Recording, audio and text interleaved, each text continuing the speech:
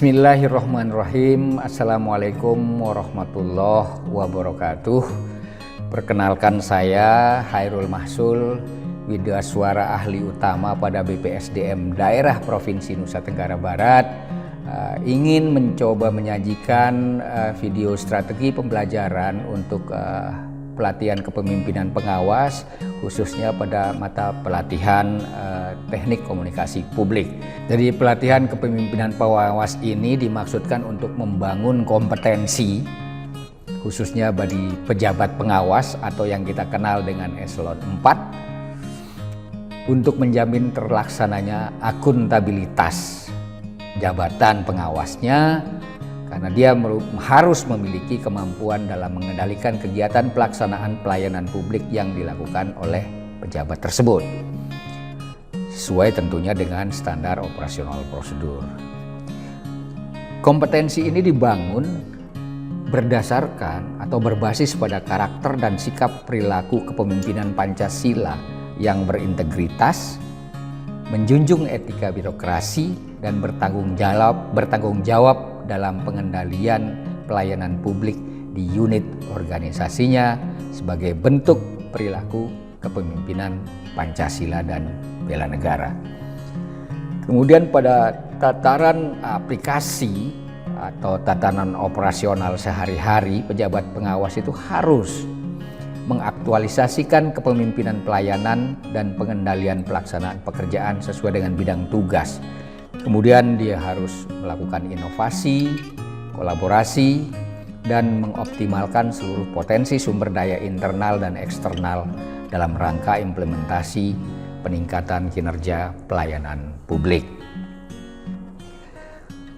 Berikutnya saya ingin menyampaikan bahwa apa sih deskripsi tujuan dan hasil pembelajaran yang ingin dicapai dalam pelatihan kepemimpinan pengawas ini. Kalau kita lihat bahwa deskripsi singkatnya adalah: pertama, membekali peserta dengan kemampuan menjelaskan dan menerapkan teknik komunikasi publik dalam menjalankan tugas dan fungsi jabatannya sebagai pejabat pengawas. Yang berikutnya adalah mata pelatihan disajikan dalam bentuk interaktif melalui metode sharing, diskusi, studi kasus, menonton video atau film pendek, dan kerja kelompok.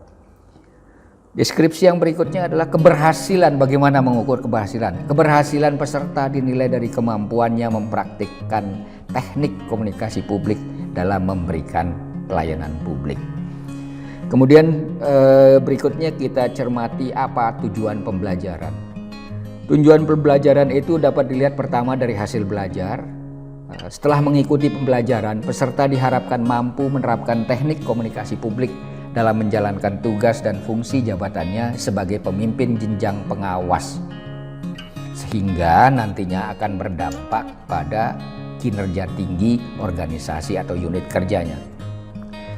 Yang kedua adalah indikator hasil belajar. Indikator hasil belajar ini mengukur seberapa besar kemampuan peserta. Pertama, menjelaskan wawasan pengetahuan dan keterampilannya melakukan komunikasi publik, komunikasi asertif, bahasa tulisan, public speaking, dan presentasi yang efektif. Kedua, indikatornya adalah bisa mempraktikkan keterampilan dalam melakukan komunikasi publik, komunikasi asertif, bahasa tulisan, public speaking, dan presentasi yang efektif. Di dalam mata pelatihan teknik komunikasi publik ini kita melihat ada materi pokok dan ada sub materi pokok. Pertama, materi pokok pertama adalah konsep komunikasi publik. Terdiri dari sub materi. Pertama, pengertian dan proses komunikasi.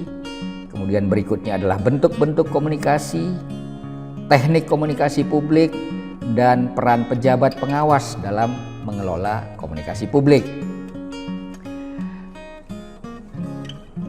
Materi pokok dan submateri pokok yang kedua. Materi pokoknya adalah komunikasi asertif, itu bagaimana dan mengapa serta apa itu komunikasi asertif. Komunikasi asertif ini terdiri dari 4 submateri pokok. Pertama, pengertian komunikasi asertif, kemudian teknik komunikasi asertif, active listening, dan terakhir complaint handling. Nah, complaint handling ini adalah bagaimana menangani keluhan dengan sebaik-baiknya dan profesional. Berikutnya materi pokok dan submateri pokok yang ketiga. Materi pokok yang ketiga, public speaking dan presentasi yang efektif. Pertama, untuk mencapai keberhasilan di dalam public speaking dan presentasi, itu kita harus melakukan persiapan untuk presentasi. Kemudian berikutnya perlu diketahui struktur dan organisasi presentasi. Kemudian alat-alat bantu apa saja yang diperlukan. Dan terakhir adalah body language. Nah, gestur masuk di sini. Apakah Anda selalu tersenyum? Apakah Anda seorang yang bersemangat? Apakah Anda orang yang penuh optimisme akan memancarkan energi Anda ke seluruh audiens?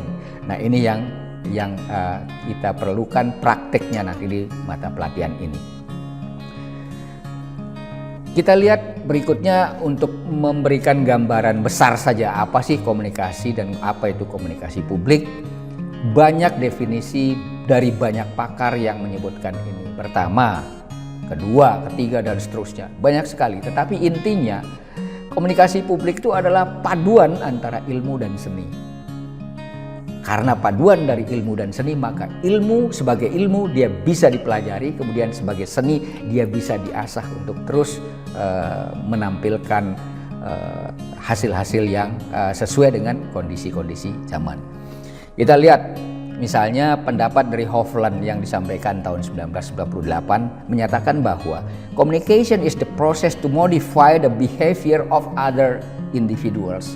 Nah, kalau kita lihat bukan saja komunikasi dua arah atau apapun atau hanya sekedar menyampaikan informasi, tetapi komunikasi publik ternyata tidak hanya menyampaikan pesan tetapi berfungsi juga sebagai alat pembentuk opini dan mempengaruhi perilaku dan pikiran orang lain tentunya.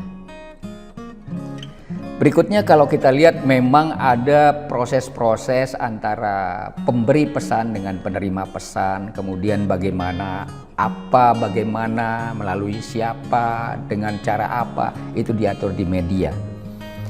Nah, berikutnya meskipun komunikasi itu terjadi setiap saat, terjadi setiap hari, bahkan sejak kita bangun di pagi hari sampai berangkat tidur di malam hari, kita akan menemukan interaksi-interaksi atau komunikasi-komunikasi di semua bidang kehidupan. Tetapi tentu meskipun itu terbiasa, ada kendala-kendala yang bisa kita hadapi di dalam berkomunikasi. Misalnya ada perbedaan status sosial antara seseorang dengan orang lain, maka itu biasanya terdapat kendala. Kemudian ada problem-problem semantik atau problem-problem bahasa atau problem-problem dalam berujar. Nah, kemudian ada keterbatasan saluran komunikasi. Misalnya kita kalau mau melakukan hubungan telepon, tiba-tiba jaringannya buruk, tentu itu tidak bisa menerima dan menyampaikan pesan secara baik antara pengirim dengan penerima. Kemudian ada distorsi persepsi. Bisa saja maksud dari pemberi pesan itu akan diterima berbeda oleh penerima pesan. Kemudian ada perbedaan kultur, kemudian tidak adanya umpan balik dan gangguan yang bersifat fisik. Misalnya alat kita berkomunikasi itu mendapatkan gangguan. Adalah amat penting kalau kita melakukan entry point itu dengan cara pendahuluan. Pertama tentu lazim bagi kita orang Timur itu untuk menyampaikan salam, mengucapkan salam, kemudian memperkenalkan diri secara singkat. Kemudian membangun suasana kelas yang bersemangat, aman dan kondusif. Kemudian beberapa peserta, bisa semuanya kalau memungkinkan, itu mengenalkan diri. Kemudian berikutnya baru kita menjelaskan proses dan tujuan pembelajaran. Metode yang digunakan pertama pemaparan atau oral atau lisan untuk mengenalkan diri. Kemudian curah pendapat. Bila perlu untuk mengetahui persepsi peserta terhadap mata pelajaran atau mata pelatihan, itu perlu dilakukan pretest yang tidak mempengaruhi apapun sebenarnya, hanya untuk merekam gambaran persepsi peserta tentang mata pelatihan, kemudian menonton film pendek. Ini harus disertai dengan praktek, karena apa yang kita ajarkan pada sesi-sesi sebelumnya itu lebih memperkuat pada meningkatkan wawasan dan pemahaman, maka pada sesi pembelajaran berikutnya itu adalah bagaimana mencoba menerapkan dan melatih kemampuan mereka dalam melakukan public speaking. Ini yang penting adalah body language. Body language yang saya bilang tadi itu harus bisa menarik perhatian, harus bisa memberi antusiasme kepada para audiens. Ini gampang-gampang susah, tetapi kalau sering dilatih, tentu ini akan menghasilkan dampak dan kemampuan serta keterampilan public speaking dan presentasi yang baik. Dan penting bagi saya untuk memprovokasi mereka bahwa mereka mampu untuk menjadi public speaker dan presenter yang handal dan profesional. Ingat, latihan itu sangat diperlukan untuk menjadi seorang public speaker yang baik dan presenter yang handal. Demikian kira-kira yang bisa saya sampaikan dalam video strategi pembelajaran untuk mata pelatihan teknik komunikasi publik. Semoga bermanfaat. Terima kasih atas perhatian. Billahi taufik wal hidayah. Wassalamualaikum warahmatullahi wabarakatuh.